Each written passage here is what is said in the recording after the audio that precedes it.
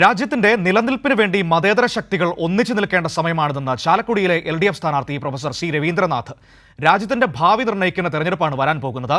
നവകേരള മാതൃകയിൽ നവചാലക്കുടി സൃഷ്ടിക്കുകയാണ് തന്റെ ലക്ഷ്യമെന്നും പ്രൊഫസർ സി രവീന്ദ്രനാഥ് പറഞ്ഞു. രാജ്യം നിലനിൽക്കണോ വേണ്ടയോ എന്നുള്ള ചോദ്യമാണ് ഉന്നയിക്കപ്പെട്ടിട്ടുള്ളത്. ഭരണഘടന നിലനിൽക്കണമോ, മതനിരപേക്ഷത നിലനിൽക്കണമോ, ഫെഡറലിസം നിലനിൽക്കണമോ, സുപ്രധാനമായ ചോദ്യങ്ങളാണ് ഉന്നയിക്കപ്പെട്ടിരിക്കുന്നത്.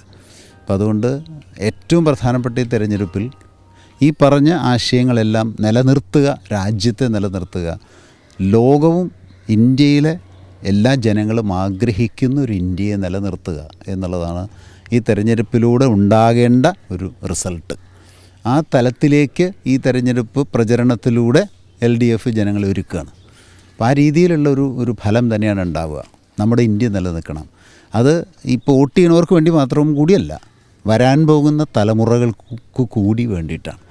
അവർക്ക് കൂടി നമ്മളെങ്കിലും ജീവിക്കുന്നത് പോലെ ഇവിടെ ജീവിക്കാൻ പറ്റണം. മനുഷ്യനെ മനുഷ്യനായി കണ്ട് പ്രകൃതിയെ മനസ്സിലാക്കി പരസ്പര ബന്ധത്തോടെ ജീവിക്കുന്നൊരു സംസ്കാരം ഇവിടെ ഉണ്ടാവണം.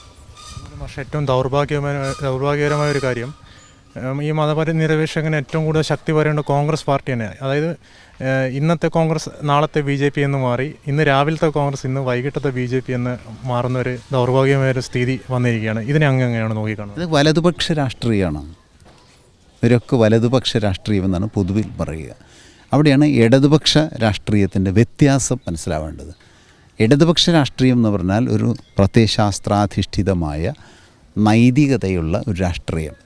അത് ഉയർത്തിപ്പിടിക്കുന്നതാണ് മതനിരപേക്ഷത. വലതുപക്ഷ രാഷ്ട്രീയത്തിന് നിലനിൽക്കുന്ന വ്യവസ്ഥയെ നിലനിർത്തിക്കൊള്ളണമെന്ന് മാത്രമേ ഉള്ളൂ.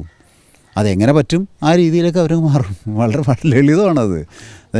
ഈ വ്യവസ്ഥയെ മാറ്റി പുതിയൊരു വ്യവസ്ഥ ഉണ്ടാക്കണം, അതിൽ സമത്വവും അതുപോലെ തന്നെ സാഹോദര്യവും എല്ലാം നിലനിൽക്കണമെന്ന് ചിന്തിക്കുന്നതാണ് പുരോഗമനം എന്ന് പറയുന്നത്.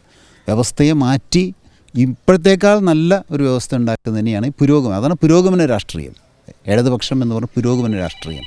മറ്റങ്ങനെയല്ല. വലതുപക്ഷ രാഷ്ട്രീയം എന്ന് പറയുന്നത് വർഗീയ ശക്തികളുണ്ട്, കോൺഗ്രസിൻ്റെ പോലെയുള്ള വലതുപക്ഷ രാഷ്ട്രീയം. ഇവരെല്ലാം ഈ വ്യവസ്ഥയെ ഇങ്ങനെ തന്നെ നിലനിർത്തിക്കൊണ്ടു പോകണമെന്ന് ആഗ്രഹിക്കുന്നു. വിദ്യാഭ്യാസ നയമൊക്കെ അതാണ്, സാമ്പത്തിക നയം അത് തന്നെയാണ്. അപ്പോൾ അതുകൊണ്ട് വ്യവസ്ഥയെ നിലനിർത്തിക്കൊണ്ടു പോകുമ്പോൾ ഇവരെല്ലാം ഒന്നു തന്നെയാണ്. അതല്ല ഇടതുപക്ഷം. ഇടതുപക്ഷം ഈ വ്യവസ്ഥയെ മാറ്റാനാണ് ഉദ്ദേശിക്കുന്നത്. മാറ്റുമ്പോൾ ഇപ്പോഴത്തേക്കാൾ മെച്ചപ്പെട്ട ഒരു സാഹചര്യം, കൂടുതൽ സമത്വമുള്ളത്, കൂടുതൽ സാഹോദര്യമുള്ളത്, അങ്ങനെ അതിനെയാണ് നമ്മൾ പുരോഗമനം എന്ന് പറയുന്നത്. അതുകൊണ്ട് ആ പുരോഗമന ചിന്ത ഉള്ള അല്ലെങ്കിൽ അതിൽ വിശ്വാസമുള്ള രാഷ്ട്രീയ പ്രവർത്തനവും രാഷ്ട്രീയവും തീർച്ചയായിട്ടും വ്യത്യസ്തമായിരിക്കും. അവരൊരു പ്രലോഭനത്തിനും വഴങ്ങുന്ന പ്രശ്നമല്ല. ഏക പ്രലോഭനം ഈ വ്യവസ്ഥ മാറണം എന്നുള്ളതാണ്, കൂടുതൽ നന്മയിലേക്ക് എത്തുന്നത്. അവസാനം ഒരു ചോദ്യം കൂടി, ഈ മണ്ഡലത്തിന് വേണ്ടി ഇനി ചെയ്യാൻ ഉദ്ദേശിക്കുന്ന ഒരു നവചാലക്കുടി എന്നുള്ള സങ്കല്പമാണ് ജനങ്ങളുടെ മുമ്പിൽ വച്ചിട്ടുള്ളത്. അതായത് നവകേരളം എന്ന് നമ്മുടെ മുഖ്യമന്ത്രി പറയുന്ന ആശയത്തോട് ചേർന്ന് നിൽക്കുന്നതാണ്. ഇപ്പോൾ ഇവിടെ തന്നെ നമ്മൾ നിൽക്കുന്നത് കാലടി കോളേജ് സമുച്ചയത്തിലാണ്. സർവകലാശാലയുണ്ട്, കോളേജ്, എഞ്ചിനീയറിംഗ് കോളേജ്, അങ്ങനെ ഒരുപാട് ഈ വിദ്യാഭ്യാസ സ്ഥാപനങ്ങൾ ഇവിടെയുണ്ട്, ഈ മണ്ഡലത്തിലുണ്ട്.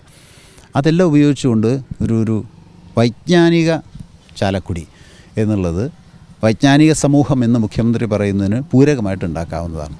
അതോടൊപ്പം തന്നെ കൃഷിയുണ്ട്, വ്യവസായമുണ്ട്, ടൂറിസമുണ്ട്, ഒരുപാട് സാധ്യതകളുണ്ട്.